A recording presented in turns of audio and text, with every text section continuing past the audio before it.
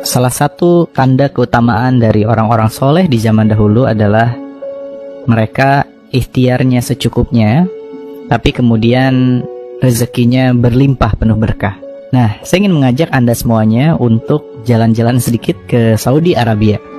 Jadi kalau saya lagi ada di sana, teman-teman, saya tuh melihat orang Arab itu dibilang rajin, enggak. Kemudian hidupnya santai.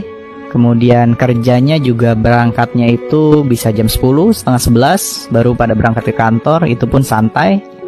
Intinya, ya mereka kerjanya biasa-biasa saja, jam 4, jam 5 udah ada di rumah, udah pulang dari kantor, menghabiskan waktu dengan keluarga. Itulah orang-orang Saudi gitu loh. Tapi Masya Allah teman-teman, walaupun kerjanya santai, rumahnya mewah, mobilnya mewah dan banyak, uangnya juga banyak, emasnya di mana-mana, Masya Allah.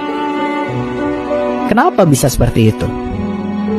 Sampai kemudian saya melihat salah satu kuncinya adalah ketika azan berkumandang, seluruh toko tutup dan mereka bergegas menuju ke masjid.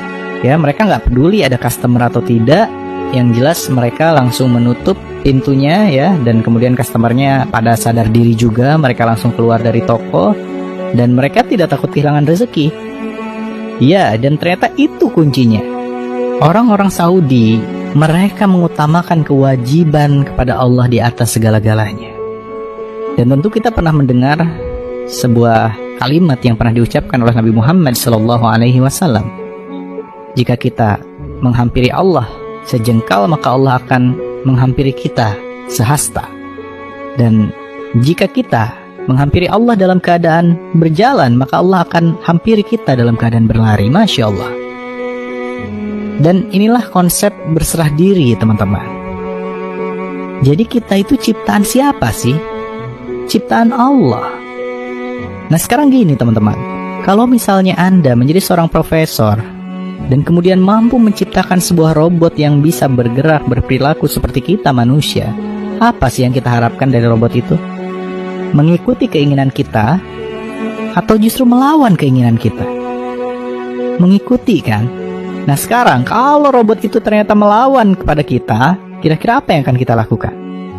Ya udah syukur dihidupin, ngelawan lagi gitu kan ya. Untungnya Allah nggak kayak gitu teman-teman sama kita. Pertanyaannya adalah selama hidup kita lebih sering mana? Mengikuti keinginan Allah atau mengikuti keinginan diri sendiri? Coba kalau sikap Allah seperti sikap kita kepada robot tadi, mati kita semua, di switch off ya kan.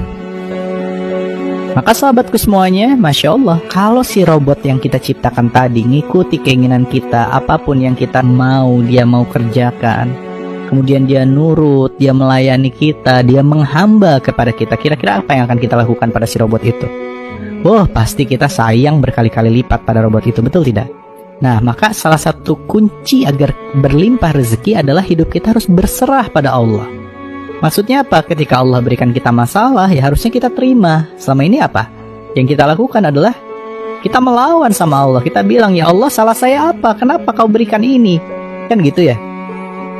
So, mulai sekarang terima semua yang Allah berikan kepada kita. Dan ingat teman-teman, jika seorang ibu cintanya luar biasa kepada anaknya, sedangkan ibu adalah dia yang melahirkan dan mengandung kita sebagai anaknya, cintanya luar biasa pada anaknya.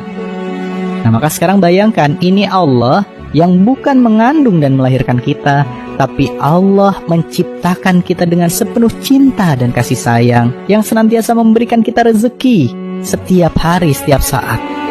Maka cinta Allah kepada kita, Masya Allah, melebihi cinta jutaan ibu kepada anaknya, Masya Allah. Maka mulai sekarang, tunduk patuh mengabdi kepada Allah, dan Allah akan berikan rezekinya kepada kita.